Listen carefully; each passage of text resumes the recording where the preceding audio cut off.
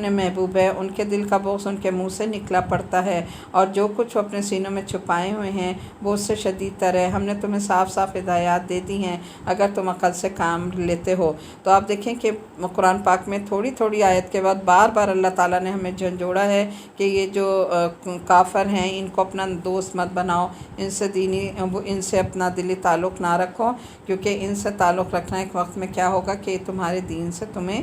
پھیر لے جائیں گے۔ کجا یہ کہ ہم ان سے دوستی کریں، ہم نے تو ان کے کلچر کو ہی اپنے گھروں میں اتنا عام کر دیا ہے کہ ہمارے گھر لگتے ہی نہیں کہ مسلمانوں والے گھر ہیں۔ اللہ تعالیٰ ان آیات پہ ہمیں عمل کی توفیق عطا فرمائے اور ہم ان کا کلچر دور کر کے اپنا مسلمانوں والا کلچر اپنے گھر میں اپنے بچوں پر اپلائی کریں۔ آیت 119 اور 120 ہے، تم ان سے محبت رکھتے ہو مگر وہ تم سے محبت نہیں رکھتے، حالانکہ تم خود پہ آسمانی کو مانتے ہو۔ جب وہ تم سے ملتے ہیں تو کہتے ہیں کہ ہم نے تمہارے رسول اور کتاب کو مان لیا، مگر جب جدا ہوتے ہیں تو تمہارے خلاف ان کے غیظ و غضب کا یہ حال ہوتا ہے کہ اپنی انگلیاں چبانے لگتے ہیں۔ ان سے کہہ دو کہ اپنے غصے میں آپ جل مرو، اللہ دلوں کے چھپے ہوئے راز تک جانتا ہے۔ آیت 120 ہے، تمہارا بھلا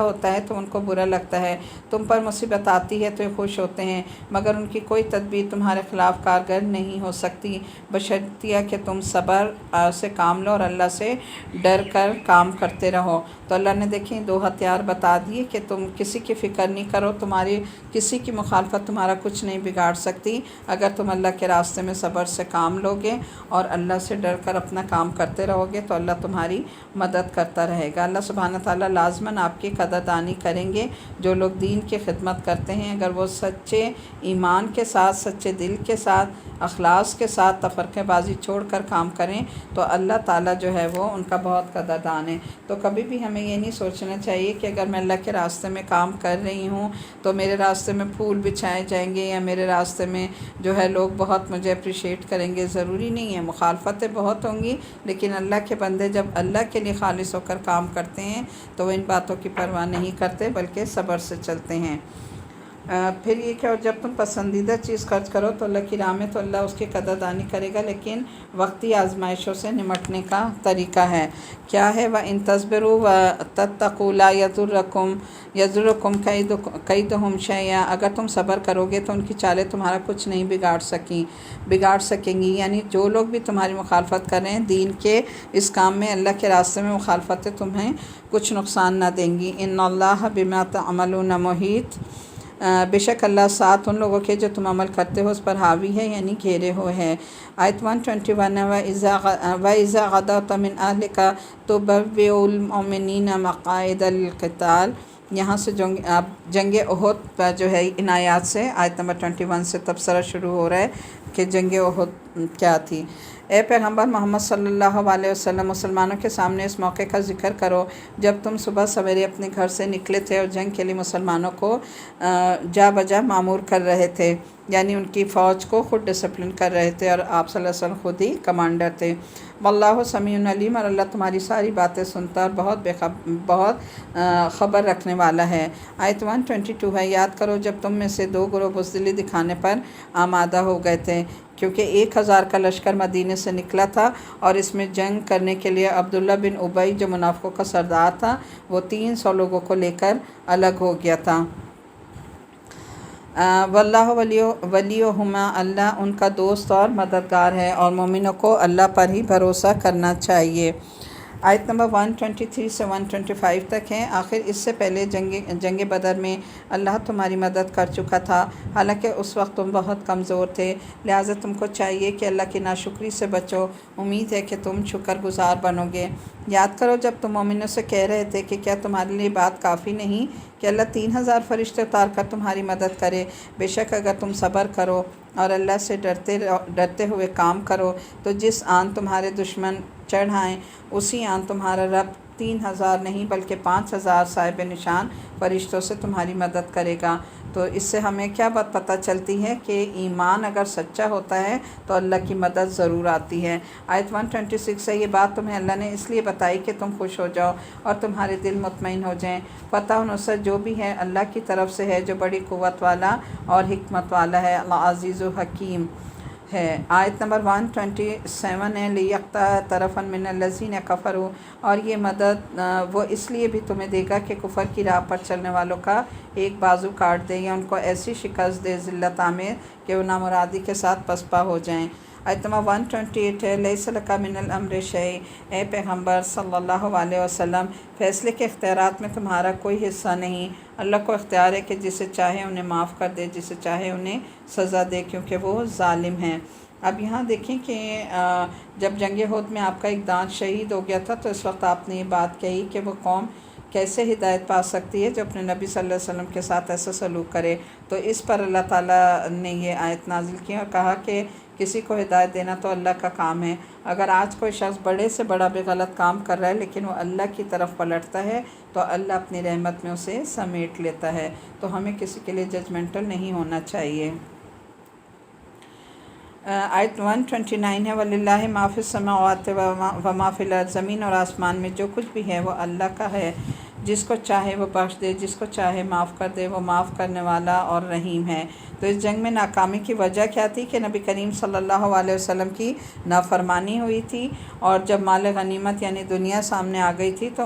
مسلمان جو ہے وہ دنیا سمیٹنے میں یعنی مال غنیمت اکٹھا کرنے میں لگ گئے تھے۔ یہ بات اللہ کو پسند نہیں آئی تھی، تو اللہ تعالیٰ مسلمانوں کو بتا رہے تھے کہ ابھی بھی تمہارے اندر مال کی محبت ہے، جب تک وہ ختم نہیں ہوگی تم خالص نہیں ہو سکتے۔ تو اللہ کے لیے محبت خالص کب ہوتی ہے؟ جب ہم دنیا کو پیچھے چھوڑ دیتے ہیں۔ کیا کرتے ہیں؟ لن تنالوا البر حتی تنفقوا مما تحبون، اس پر عمل کرتے ہیں۔ مال سے شدید محبت کی، تو جب تک انسان اللہ کی خاطر اس حرام کام کو چھوڑتا نہیں اس کا ایمان قابل اعتبار نہیں ہوتا۔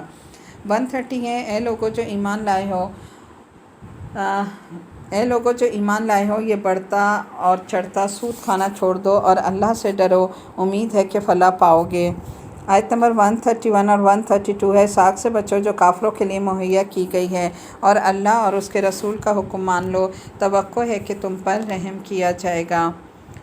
اب یہاں پہ وہ سود کی آیات کے بارے میں کہ وہ جو جتنا تم لے چکے ہو چھوڑ دو اور آگے سود لینے کی جسارت نہ کرو۔ آیت نمبر 133 ہے، وسارعوا دوڑ کے چلو الی مغفرۃ من ربکم، اپنے رب کے بخشش کی طرف، وجنۃ عرضھا السماوات والارض اعدت للمتقین، اور جنت کی طرف جس کی چوڑائی آسمان اور زمین کے برابر ہے، جو تقوی والوں کے لیے تیار کی گئی ہے۔ آیت نمبر 134 ہے، الذین ينفقون فی السراء والضراء، اور وہ لوگ جو تنگی اور خوشحالی میں خرچ کرتے ہیں، جو غصے کو پی جاتے ہیں اور دوسروں کے قصور معاف کر دیتے ہیں، ایسے لوگ محسنین ہیں، ایسے نیک لوگ اللہ کو بہت پسند ہیں۔ اب دیکھیں یہاں پھر اللہ تعالیٰ نے پیچھے بھی بات گزری اور یہاں بھی محسنین کی جو صفات بتائی گئیں وہ کیا ہے کہ وہ اپنے غصے کو کنٹرول میں رکھتے ہیں، اور جو اپنے پسندیدہ چیز ہے وہ اللہ کے راستے میں خرچ کرتے ہیں، قربان کر دیتے ہیں۔ اس وقت پسندیدہ چیز کیا ہوتی ہے کہ اگر ہمیں کسی پر غصہ آ رہا ہے اور ہم اس سے ناراض ہیں تو ہم اس وقت کیا کرتے ہیں؟ اپنے ساری دل کی بھڑاس نکال لیتے ہیں، لیکن جو اس وقت اپنے غصے کو کنٹرول کر لیتا ہے، اللہ کی خاطر اپنے غصے کو پی جاتا ہے، تو وہ اللہ تعالیٰ کو بہت پسند ہوتا ہے۔ اور دوسری بات کیا ہے کہ جو تنگی اور خوشحالی ہر حال میں، یعنی اگر حالات اچھے ہیں تو بھی، اگر کمی بیشی ہے تو بھی، ہر حال میں اسی طرح اللہ کے راستے میں خرچ کرتے رہتے ہیں، اور کیا کرتے ہیں؟ دوسروں کے قصور معاف کر دیتے ہیں۔ یعنی اگر کسی نے آپ کے ساتھ کوئی زیادتی بھی کی ہے تو وہ کیا ہوتے ہیں؟ غصے میں بالکل آؤٹ آف کنٹرول نہیں ہوتے، ان پہ اپنا غصہ نہیں نکالتے بلکہ ان کے قصور معاف کر دیتے ہیں۔ تو یہ دیکھیں کتنا پیارا اللہ تعالیٰ نے ایک آئیڈیل ایک محسنین کا تصور دیا نا، کہ آئیڈیل پرسنالٹی کیا ہوتی ہے؟ جس کے اندر صبر تحمل ہوتا ہے، جو بات بات پر بھڑکتا نہیں، غصہ نہیں کرتا، شاؤٹ نہیں کرتا، اور دوسرے کے قصور معاف کر دیتا ہے، اپنے غصے کو پی جاتا ہے اور ہر حال میں خرچ کرتا ہے۔ یہ ایک آئیڈیل پرسنالٹی ہے جو اللہ نے ہمیں دی، اور ہمیں سب کو انشاءاللہ تعالیٰ اللہ کی آئیڈیل پرسنالٹی بننا ہے۔ آیت نمبر 135 to 138 ہے، اور جن کا حال یہ ہے کہ اگر کوئی فحش کام ان سے سرزد ہو جاتا ہے یا کوئی گناہ کا ارتکاب کر کے وہ اپنے اوپر ظلم کر بیٹھتے ہیں تو انہیں فوراً ہی اللہ یاد آ جاتا ہے اور اس سے وہ اپنے قصوروں کی معافی چاہتے ہیں، کیونکہ اللہ کے سوا کون ہے جو گناہ معاف کر سکے، اور وہ جان بوجھ کر اپنے کیے پر اصرار نہیں کرتے۔ ایسے لوگوں کی جزا ان کے پاس یہ ہے کہ وہ ان کو معاف کر دے گا اور انہیں ایسے باغوں میں داخل کرے گا جن کے نیچے نہریں بہتی ہوں گی، وہاں وہ ہمیشہ رہیں گے۔ کیسا اچھا بدلہ ہے نیک عمل کرنے والوں کے لیے۔ تم میں سے پہلے بہت سے دور گزر چکے، زمین میں چل پھر کر دیکھ لو کہ ان کا انجام کیا ہوا، جنہوں نے اللہ کے احکام اور ہدایات کو جھٹلایا۔ یہ لوگوں کے لیے صاف اور صریح تنبیہ ہے جو اللہ سے ڈرتے ہیں، اور ان کے لیے ہدایت اور نصیحت ہے۔ آیت نمبر 139 ہے، وَلَا تَهِنُوا وَلَا تَحْزَنُوا وَأَنْتُمُ الْأَعْلَوْنَ إِن كُنتُم مُؤْمِنِينَ۔ دل شکستہ نہ ہو، غم نہ کرو، تم ہی غالب رہو گے اگر تم مومن ہو، یعنی اگر تم منافقت چھوڑ دو گے، ایمان کو کمزور کرنے والی چیزیں چھوڑ دو، تو پھر اللہ تعالیٰ کی مدد آتی ہے۔ اور اللہ تعالیٰ کی مدد کیا ہے کہ برکتیں ہی برکتیں اور رحمتیں ہی رحمتیں ہوتی ہیں۔ آیت 139 ہے، وَلَا تَهِنُوا وَلَا تَحْزَنُوا وَأَنْتُمُ الْأَعْلَوْنَ إِن كُنتُم مُؤْمِنِينَ۔ آیت 140، اس وقت اگر تمہیں چوٹ لگی ہے تو ایسی چوٹ تمہارے مقابل فریق کو بھی لگ چکی ہے۔ تو جنگ احد میں 70 لوگ شہید ہوئے تھے، ان کی طرف اشارہ ہے کہ اتنا بڑا جانی نقصان ہوا تھا۔ تو یاد رکھو کہ بدر میں بھی تمہارے جو دشمن تھے ان کا بھی اسی طرح ہوا تھا۔ یہ تو زمانے کے نشیب و فریض ہیں جنہیں ہم لوگوں کے درمیان گردش دیتے رہتے ہیں۔ تم پر یہ وقت اس لیے لایا گیا کہ اللہ دیکھنا چاہتا تھا کہ تم میں سے سچے مومن کون ہیں، اور ان لوگوں کو چھانٹ لینا چاہتا تھا جو واقعی راستی کے گواہ ہوں، کیونکہ ظالم لوگ اللہ کو پسند نہیں۔ آیت 141 ہے، اور وہ اس آزمائش کے ذریعے سے مومنوں کو الگ چھانٹ کر کافروں کی سرکوبی کرنا چاہتا ہے۔ آیت 142، کیا تم نے یہ سمجھ رکھا ہے کہ یوں ہی جنت میں چلے جاؤ گے، حالانکہ ابھی اللہ نے یہ دیکھا ہی نہیں کہ تم میں کون لوگ ہیں جو اس کی راہ میں جانیں لڑاتے ہیں اور اس کی خاطر صبر کرنے والے ہیں۔ یعنی مشکلات تو اس لیے آتی ہیں تاکہ کیا کیا جائے، اللہ تعالیٰ تمہاری آزمائش کریں۔ 143 ہے، تم تو موت کی تمنائیں کر رہے تھے، یعنی جو جنگ بدر میں شریک نہ ہو سکے وہ آرزو کر رہے تھے کہ اب اگلی دفعہ جو موقع آئے تو ہم بھی شہید ہوں، مگر یہ اس وقت کی بات تھی جب موت سامنے نہ آئی تھی، لوگوں تمہارے سامنے آ گئی اور تم نے اس کو اپنی آنکھوں سے دیکھ لیا۔ اللہ تعالیٰ نبی کریم صلی اللہ علیہ وسلم سے اللہ تعالیٰ محبت کرتے ہیں، اور محبت ایمان کا ایک حصہ ہے، لیکن جب اللہ کی راہ میں کوئی کام کرنے کا وقت آ جائے تو پھر کیا ہے، لن تنالوا البر حتی تنفقوا مما تحبون، ساری محبتوں کو اللہ کے لیے قربان کر دینا چاہیے، اور سب سے بڑھ کر اللہ سے محبت ہونی چاہیے۔ آیت 144 ہے، محمد صلی اللہ علیہ وسلم اس کے سوا کچھ نہیں کہ ایک رسول ہیں، ان سے پہلے اور رسول بھی گزر چکے، پھر اگر وہ مر جائیں یا قتل کر دیے جائیں تو کیا تم الٹے پاؤں پھر جاؤ گے؟ یاد رکھو جو الٹا پھرے گا وہ اللہ کا کچھ نقصان نہیں کرے گا، البتہ جو اللہ کے شکر گزار بندے بن کر رہیں گے، یعنی اس دکھ تکلیف کے عالم میں بھی سنبھل کر رہیں گے، پھر شکر کریں گے تو اللہ انہیں اس کی جزا دے گا۔ اب یہ جو آیت تھی نا، جب نبی کریم صلی اللہ علیہ وسلم کا وصال ہوا ہے تو لوگ جو ہے اس بات کو ایکسیپٹ کر ہی نہیں سکتے تھے، اور حضرت عمر رضی اللہ تعالیٰ عنہ اتنی محبت کرتے تھے کہ وہ تلوار لے کے گلیوں میں نکل گئے، اور انہوں نے کہا کہ اگر کسی نے اپنی زبان سے بھی یہ نکالا نا کہ نعوذ باللہ محمد صلی اللہ علیہ وسلم جو ہے وہ ان کا وصال ہو گیا تو میں اس کا سر اڑا دوں گا۔ تو حضرت ابوبکر صدیق نے اس وقت جب یہ آیت تلاوت کی تو انہیں ایک دم پتہ چلا، انہوں نے کہا کہ یہ تو لگتا ہے کہ یہ آیت آج ہی ہمارے لیے نازل ہوئی ہے، اور یہی بتایا گیا تھا کہ اگر وہ تمہارے درمیان نہیں رہیں گے تو کیا تم اپنی ایڑیوں کے بل پلٹ جاؤ گے، یعنی اپنا کام چھوڑ دو گے دین کا یا اللہ کا کام، بلکہ تم اب اور زیادہ اس سے کام کرو تاکہ نبی کریم صلی اللہ علیہ وسلم کا مشن جو ہے وہ آگے پہنچے۔ اس بڑے صدمے کو خوشلوبی سے سہ جانے والے بڑے شاکرین ہوتے ہیں، بڑے سے بڑے غم دکھ کو سہنا، اچھے انداز میں سہنا، یہی شکر ہے۔ شکر صرف نعمت کے ملنے پہ نہیں بلکہ شکر نعمت کے جانے پر بھی ہوتا ہے، کہ جب انسان اپنی پیاری چیز کو اللہ کی راہ میں قربان کر دیتا ہے، اللہ کی رضا کے لیے، اللہ کی خوشی کے لیے، تو اس کے فیصلوں پر ایمان لے آتا ہے۔ تو بعض دفعہ ایسا ہوتا ہے کہ ہمارا کوئی بہت بڑا نقصان ہو جاتا ہے تو ہمیں کیا سکھایا کہ فوراً مومن کیا کہتے ہیں، انا للہ و انا الیہ راجعون، اور ہر حال میں چاہے کوئی فیصلہ ہمیں اس وقت بہت ناگوار گزرے، کچھ بھی ہو، ہمارے اس کے خلاف ہو مزاج کے، تب بھی ہمیں کیا کہنا چاہیے؟ رضیت باللہ ربًا و اسلام دین، کہ میں اللہ کے رب ہونے پر راضی ہوں، یعنی یہ فیصلہ اگر اللہ کی طرف سے ہے تو اللہ تعالیٰ مجھے اپنی رضا میں راضی رہنا سکھا دے، یہ مومن کی پہچان ہے۔ آیت نمبر 145 146 ہے، کوئی ذی روح اللہ کے اذن کے بغیر نہیں مر سکتا۔ موت کا وقت تو لکھا ہے، جو شخص ثواب دنیا کے ارادے سے کام کرے گا اس کو ہم دنیا میں ہی دے دیں گے، اور جو ثواب آخرت کی نیت سے کام کرے گا وہ آخرت کا ثواب پائے گا، اور شکر کرنے والوں کو ہم ان کی جزا ضرور دیتے ہیں۔ اس سے پہلے کتنے ہی نبی ایسے گزر چکے ہیں جن کے ساتھ مل کر اللہ والوں نے جنگ کی، اور اللہ کی راہ میں جو بھی مصیبتیں آن پڑیں ان سے وہ دل شکستہ نہیں ہوئے، انہوں نے کمزوری نہیں دکھائی، وہ باطل کے آگے سرنگوں نہیں ہوئے۔ ایسے ہی صابروں کو اللہ پسند کرتا ہے۔ ان کی دعا کیا ہوتی ہے؟ آیت نمبر 147 اور 148، ربنا اغفر لنا ذنوبنا واسرافنا فی امرنا وثبت اقدامنا وانصرنا علی القوم الکافرین فآتاہم اللہ ثواب الدنیا وحسن ثواب الآخرہ واللہ یحب المحسنین۔ ان کی دعا بس یہ تھی کہ اے ہمارے رب، ہماری غلطیوں اور کوتاہیوں پر ہمیں معاف فرما دے، اس سے درگزر فرما، ہمارے کام میں تیرے حضور جو کچھ تجاوز ہو گیا اسے معاف فرما دے، ہمارے قدم جما دے، کافروں کے مقابلے میں ہماری مدد فرما۔ آخر کار اللہ نے ان کو دنیا کا ثواب بھی دیا اور اس سے بہتر ثواب آخرت بھی عطا کیا۔ اللہ ایسے ہی نیک عمل کرنے والوں کو پسند کرتا ہے۔ 149، اے لوگوں جو ایمان لائے ہو، اگر تم ان کے اشاروں پر چلو گے جنہوں نے کفر کی راہ اختیار کی تو وہ تم کو الٹا پھیر لے جائیں گے، یعنی تمہیں ہر حال میں ایمان پر قائم رہنے کے لیے اللہ کی اطاعت کرنی ہوگی اور تم نامراد ہو جاؤ گے۔ آیت 151 ان کی باتیں غلط ہیں، حقیقت یہ ہے کہ اللہ تمہارا حامی و مددگار ہے، وہ بہترین مدد کرنے والا ہے۔ ان قریب وہ وقت آنے والا ہے جب ہم منکرین حق کے دلوں میں رعب بٹھا دیں گے، اس لیے کیونکہ انہوں نے اللہ کے ساتھ خدائی میں شرک ٹھہرایا، جن کے شریک ہونے پر اللہ نے کوئی سند نازل نہیں کی۔ ان کا آخری ٹھکانہ جہنم ہے اور بہت ہی بری جگہ ہے وہ قیامگاہ جو ان ظالموں کو نصیب ہوگی۔ آیت 152 اللہ نے جو تائید اور نصرت کا وعدہ تم سے کیا تھا وہ تو اس نے پورا کر دیا، ابتدا میں تم ہی ان کو قتل کر رہے تھے۔ ابھی جنگ احد کی طرف اشارہ ہے۔ مگر جب تم نے کمزوری دکھائی اور اپنے کام میں باہم اختلاف کیا، یعنی واعتصموا بحبل اللہ جمیعا سے ہٹ گئے، اس کے کیا کیا؟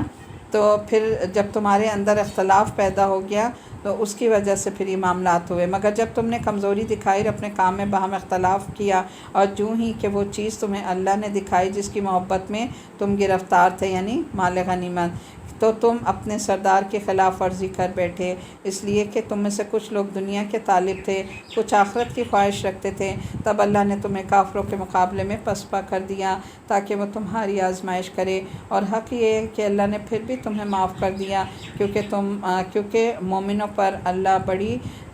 نظر رکھتا ہے۔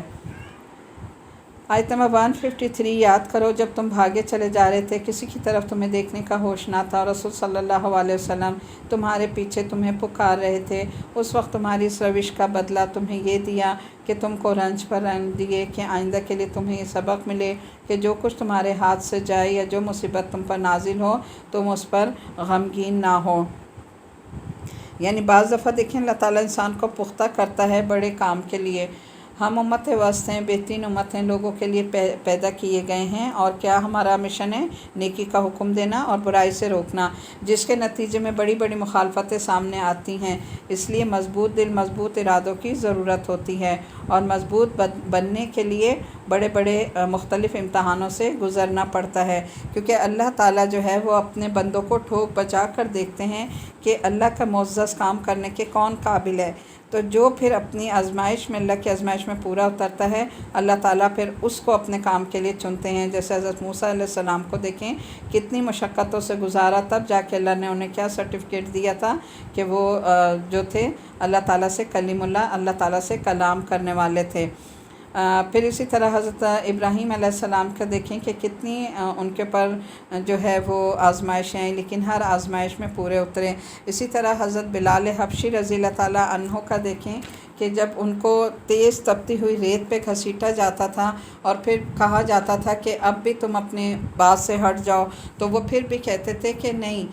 پھر بھی ان کے منہ سے احد احد یعنی اللہ ایک ہے، اللہ کی وحدانیت کا ہی اقرار کرتے رہے، تو وہ کہتے تھے کہ اگر ہم بازار جاتے ہیں، کچی مٹی کا برتن بھی لیتے ہیں تو اسے بھی ٹھوک بجا کر دیکھتے ہیں کہ یہ مضبوط ہے یا نہیں، تو کیا میرا رب مجھے نہیں آزمائے گا؟ یعنی میرے پاس اگر یہ آئی ہے تو اللہ کی طرف سے آزمائش آئی ہے۔ تو دیکھیں ہمارے لیے بھی اس میں کیا سبق ہے، ہم بھی یہ دیکھیں، اور خاص طور پر اسپیشلی آج کل کے حالات کو بار بار میں ریلیٹ اس لیے کر رہی ہوں کہ ہم سب ایک ٹینشن میں، ایک پریشانی میں مبتلا ہیں، تو ہم یہ سوچیں کہ اس موقع پر ہمیں صبر کا دامن ہاتھ سے نہیں چھوڑنا۔ اللہ تعالیٰ نے ہم سب کے لیے یہ وقت ایک آزمائش کا وقت بھیجا ہے، جیسے اس میں اللہ تعالیٰ نے آزمائش کی تھی نا جنگ احد میں، کہ جن کے نزدیک دنیا اہم تھی وہ فوراً ہی مال غنیمت سمیٹنے میں لگ گئے، اور جن کے نزدیک آخرت اہم تھی وہ دعا کر رہے تھے کہ اللہ ہمیں اس میں شہادت کی موت دے۔ تو آج دیکھیں جو حالات ہیں ہم سب پر آزمائش آئی بھی ہے، یہ وقت ایک آزمائش کا وقت ہے۔ خدارا میری آپ سے دعا، میری آپ سے ریکویسٹ ہے کہ آپ اس وقت کو انجوائے کر کے نہ گزاریں کہ ہم گھروں میں بیٹھ گئے ہیں، چھٹیاں ہیں، انٹرنیٹ لگے ہوئے ہیں، کھانا پینا ہے، بنا رہے ہیں، نئی نئی ڈشز بنا رہے ہیں، انجوائے کر رہے ہیں۔ پلیز اس وقت میں تھوڑا سا کانشیس ہو جائیں کہ یہ اللہ تعالیٰ اس وقت ہمیں جھنجھوڑ رہا ہے، ہلا رہا ہے۔ اللہ نے ہمیں آزمائش بھیجی ہے کہ اس وقت میں کون میرے بندے ہیں جو مخلص ہیں، جو میرے قریب ہو گئے ہیں، میری عبادت میں زیادہ لگ گئے ہیں اور زیادہ سے زیادہ میرے دین کا کام کرنے کی کوشش کر رہے ہیں۔ اللہ تعالیٰ پھر ان لوگوں کو ان سے الگ کر دے گا۔ لیکن یہ وقت ہمیں جو ہے اللہ کی طرف سے ایک مہلت ملی ہے، ایک غنیمت ملی ہے، اس میں زیادہ سے زیادہ توبہ استغفار کریں، اللہ سے دعائیں کریں، اللہ کی طرف رغبت حاصل کریں، اللہ سے جڑ جائیں تاکہ اللہ ہمارے گناہوں کو معاف کر دے، اور اللہ تعالیٰ یہ صورتحال یا عذاب کی جو صورت ہے یہ ہم پر سے ٹال دے اور اللہ ہمیں اپنے قریب کر لے۔ تو مومن جو ہے وہ ہمیشہ اپنا جائزہ لیتا ہے کہ اگر یہ تکلیف، یہ پریشانی آئی ہے تو وہ فوراً دوسروں کو بلیم نہیں کرتا، اپنا جائزہ لیتا ہے کہ مجھ سے کہاں غلطی ہوئی ہے۔ آزمائش اللہ کے نیک اور محبوب بندوں پر آتی ہیں، لیکن ہمیشہ یہ بھی نہیں سوچنا چاہیے کہ ہم بہت نیک ہیں، محبوب ہیں۔ فوراً مومن اپنا جائزہ لیتا ہے کہ مجھ سے کہاں غلطی ہوئی، مجھ سے کہاں کوتاہی ہوئی، کیا میں نے حقوق اللہ میں کمی کی، کہیں میں نے حقوق العباد میں تو کمی نہیں کی جس کی وجہ سے اللہ نے مجھے پکڑا۔ تو میں جنرل لیکچرز بھی اس پر کر چکی ہوں کہ ہم سب نے اپنے اللہ کو راضی کرنا ہے اور اپنا اپنا جائزہ لینا ہے کہ ہم سے کہاں کمی کوتاہی ہوئی ہے جو اللہ تعالیٰ نے ہمیں اس عذاب میں مبتلا کیا۔ تو اللہ تعالیٰ اگر دعا یہی کریں، مومن کی دعا کیا ہوتی ہے کسی پریشانی تکلیف میں کہ اللہ اگر یہ آپ کی طرف سے آنے والی آزمائش ہے تو مجھے اس آزمائش میں پورا اتار، اور اگر میرے کوئی گناہوں کی سزا ہے تو اللہ میرے گناہ معاف فرما دے، اور حد سے زیادہ استغفار کرتے رہیں کہ استغفار ہی تمام دکھوں کا، پریشانیوں کا علاج ہے۔ استغفار ایک دن بھی کرنا نہ چھوڑیں۔ نبی کریم صلی اللہ علیہ وسلم معصوم تھے، بخشائے تھے، جن کے لیے جنت اور دنیا بنائی گئی، وہ دن میں 70 بار استغفار کیا کرتے تھے۔ تو ہم بھی اپنا اپنا جائزہ لیں اور اللہ سے مدد طلب کریں۔ یاد کرو جب تم بھاگے چلے جا رہے تھے، کسی کی طرف دیکھنے کا تم کو کوئی ہوش نہ تھا، رسول صلی اللہ علیہ وسلم تمہارے پیچھے تمہیں پکارے تھے، اس وقت تمہاری اس روش کا بدلہ تمہیں یہ دیا کہ تم کو رنج پہ رنج دیے کہ آئندہ کے لیے تمہیں سبق ملے کہ جو کچھ تمہارے ہاتھ سے جائے یا جو مصیبت تم پر نازل ہو تم اس پر غمگین نہ ہو۔ اللہ تمہارے سب اعمال سے آیت 154 ہے۔ اس غم کے بعد پھر اللہ نے تم میں سے کچھ لوگوں پر ایسی اطمینان کسی حالت طاری کر دی کہ وہ اونگنے لگے، مگر ایک دوسرا گروہ جس کے لیے ساری اہمیت بس اپنے مفاد کی تھی، اللہ کے متعلق الگ الگ جاہلانہ گمان کرنے لگا جو سراسر خلاف حق تھا۔ یہ لوگ اب کہتے ہیں کہ اس کام کے چلے جانے میں ہمارا بھی کوئی حصہ، اس کام کے چلانے میں ہمارا بھی کوئی حصہ ہے۔ کسی کا کوئی حصہ نہیں، اس کام کے سارے اختیارات اللہ کے ہاتھ میں ہیں۔ دراصل یہ لوگ اپنے دلوں میں جو بات چھپاتے ہیں اسے تم پر ظاہر نہیں کرتے۔ ان کا اصل مطلب یہ ہے کہ اگر قیادت کے اختیارات میں ہمارا کچھ حصہ ہوتا تو ہم یہاں نہ مارے جاتے۔ ان سے کہہ دو اگر تم اپنے گھروں میں بھی ہوتے تو جن لوگوں کی موت لکھی ہوتی وہ خود اپنی قتل گاہوں کی طرف نکل آتے۔ یہ معاملہ جو پیش آیا اس لیے تھا کہ جو کچھ تمہارے دلوں میں پوشیدہ ہے اللہ اسے آزما لے، اور جو کوٹ تمہارے دلوں میں ہے اسے چھانٹ دے۔ اللہ دلوں کا حال خوب جانتا ہے۔ اب دیکھیں ہر حال میں ہمیں کیا کہنا چاہیے؟ اللہ تعالیٰ کا خوشی میں بھی غم میں اللہ کا شکر ادا کرنا چاہیے، اور جو بھی معاملہ ہے ہم یہ سوچیں کہ یہ اللہ کا فیصلہ ہے اور ہمیں خوشی سے ایکسیپٹ کرنا چاہیے۔ لیکن آج ہم بھی یہ بات کرتے ہیں نا کہ کسی کی موت آ گئی تو ہم کہتے ہیں وہ فلاں جگہ نہ جاتا تو اسے موت نہ آتی، یا وہ ایسا نہ کرتا۔ تو دیکھیں موت کا ایک وقت مقرر ہے، اللہ نے جو وقت جو جگہ جہاں لکھی ہے نا، ہر حال میں ہمیں اسے موت آنی ہے۔ تو ہمیں یہ باتیں نہیں کرنی چاہیے، یہ باتیں کیا ہے؟ اللہ کو ناراض کرنے والی ہیں۔ آیت 155 ہے، تم میں سے جو لوگ مقابلے کے دن پیٹ پھیر گئے تھے ان کی لغزش کا سبب یہ تھا کہ ان کی بعض کمزوریوں کی وجہ سے شیطان نے ان کے قدم ڈگمگا دیے تھے، اللہ نے انہیں معاف کر دیا، اللہ بہت درگزر کرنے والا اور بردبار ہے۔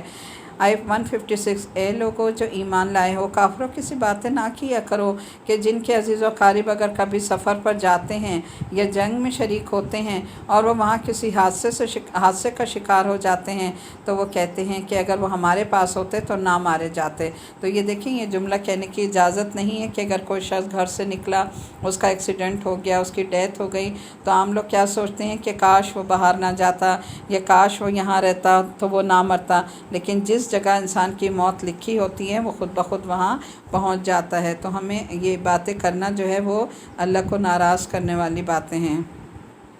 اللہ اس قسم کی باتوں کو ان کے دلوں میں حسد و اندھوں کا سبب بنا دیتا ہے تاکہ پھر غم نکلتا ہی نہیں، ورنہ اصل مارنے والا اور جلانے والا تو اللہ ہی ہے اور تمہاری حرکات پر وہ نگران ہے۔ آیت 157، اگر تم اللہ کی راہ میں مارے جاؤ یا مر جاؤ تو اللہ کی جو رحمت اور بخشش تمہاری رحمت میں آئے گی وہ ان ساری چیزوں سے بہتر ہے جنہیں یہ لوگ جمع کرتے ہیں۔ یعنی اللہ کے راستے میں مرنا بھی ایک اعزاز کی بات ہے شہادت کے طور، ظاہر شہادت کا بہت درجہ ہے، اس کے لیے ہمیں اللہ تعالیٰ سے دعا مانگنی چاہیے ہے، اللہم ارزقنی شہادتا فی سبیلک واجعل موتی فی بلد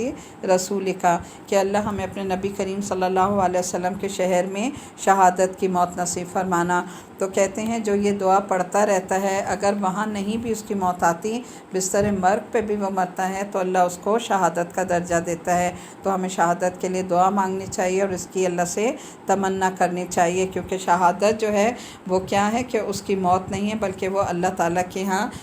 بہت زیادہ رحمت اور بخشش جو ہے اس کو اللہ تعالیٰ کی طرف سے ملیں گی، وہ ہمیشہ زندہ رہیں گے۔ آیت نمبر 158، خواہ تم مرو یا مارے جاؤ بہرحال تم سب کو پلٹ کے جانا اسی کی طرف ہے۔ یعنی اگر تمہیں کوئی مارے گا نہیں تو تم خود بستر مرگ پر بھی مر جاؤ گے یا کسی اور طریقے سے۔ آیت 159، فَبِمَا رَحْمَةٍ مِّنَ اللَّهِ لِنتَ لَهُمْ وَلَوْ كُنتَ فَظًّا غَلِيظَ الْقَلْبِ لَانفَضُّوا مِنْ حَوْلِكَ۔ یہ اللہ کی بڑی رحمت ہے کہ آپ ان لوگوں کے لیے بڑے نرم مزاج واقع ہوئے ہیں۔ یہ ایک لیڈر کی خوبی بتائی جا رہی ہے، ورنہ اگر تم خود سنگ دل ہوتے، یہ تمہارے ارد گرد و پیش سے چھٹ جاتے، تمہیں چھوڑ جاتے، ان کے قصور معاف کر دو، ان کے حق میں دعائے مغفرت کرو اور دین کے کام میں انہیں بھی شریک مشورہ رکھو۔ پھر جب تمہارا عزم کسی رائے پر مستحکم ہو جائے تو اللہ پر بھروسہ کرو، اللہ کو وہ لوگ پسند ہیں جو اسی کے کام پر بھروسہ کرتے ہیں۔ اب دیکھیں لیڈر خواہ ایک گھر میں ہے یا باہر ہے یا کسی بھی جاب میں جہاں بھی ہیں، اس کی کوالٹیز کیا بتائی گئی ہیں؟ ایک تو یہ کہ اس کو نرم خو ہونا چاہیے، اس کی زبان میں نرمی ہونی چاہیے۔ نرمی ایک ایسی خیر ہے کہ جس سے لوگ جو ہے اس کے قریب آ جاتے ہیں، چاشنی ہے جس پہ لوگ جو ہے وہ چپک جاتے ہیں۔ اور اگر انسان کو جو سخت کلام ہوتا ہے، سختی یا تلخی سے بات کرتا ہے تو وہ حتیٰ کہ اپنی اولادیں تک اس کی نہیں رہتی، لہٰذا کیا بتایا جا رہا ہے کہ اپنی زبان میں نرمی پیدا کرو، اپنے اخلاق اچھے کرو، اور اگر تمہارے جو سب آرڈینیٹس ہیں یا اولادیں ہیں کوئی بھی ہیں ان سے کوئی غلطی ہو بھی جاتی ہے تو انہیں معاف کر دو اور ان کے لیے مغفرت کی دعا بھی کیا کرو، اور سب سے اہم بات یہ کہ انہیں شریک مشورہ رکھا کرو۔ تو ہم یہ نہیں کہ اگر ہماری اولادیں ہیں ہم انہیں چھوٹا سمجھیں، بلکہ کامیاب انسان وہ ہوتا ہے جو اپنے گھر کے معاملات میں، باہر کے معاملات میں مشورے لے کے چلتا ہے۔ جتنا زیادہ جو مشورہ کرتا ہے اتنا ہی وہ زیادہ کامیاب ہوتا ہے، اور مشورہ نہ کرنا متکبر یا مغرور ہونے کی علامت ہے۔ تو ہمیں اپنے چھوٹوں سے، اپنے ساتھیوں سے ہر معاملے میں مشورہ کر کے چلنا چاہیے، اور پھر جب ایک رائے پر ہم سب ایگری ہو جائیں تو پھر اللہ تعالیٰ سے مدد مانگنی چاہیے، یعنی اللہ سے مدد مانگیں، استخارہ کریں اور پھر وہ کام جو ہے کر لیں، تو انشاءاللہ اس میں اللہ تعالیٰ کی فتح و نصرت جو ہے وہ ہمیں نصیب ہوتی ہے۔ آیت نمبر 160 ہے،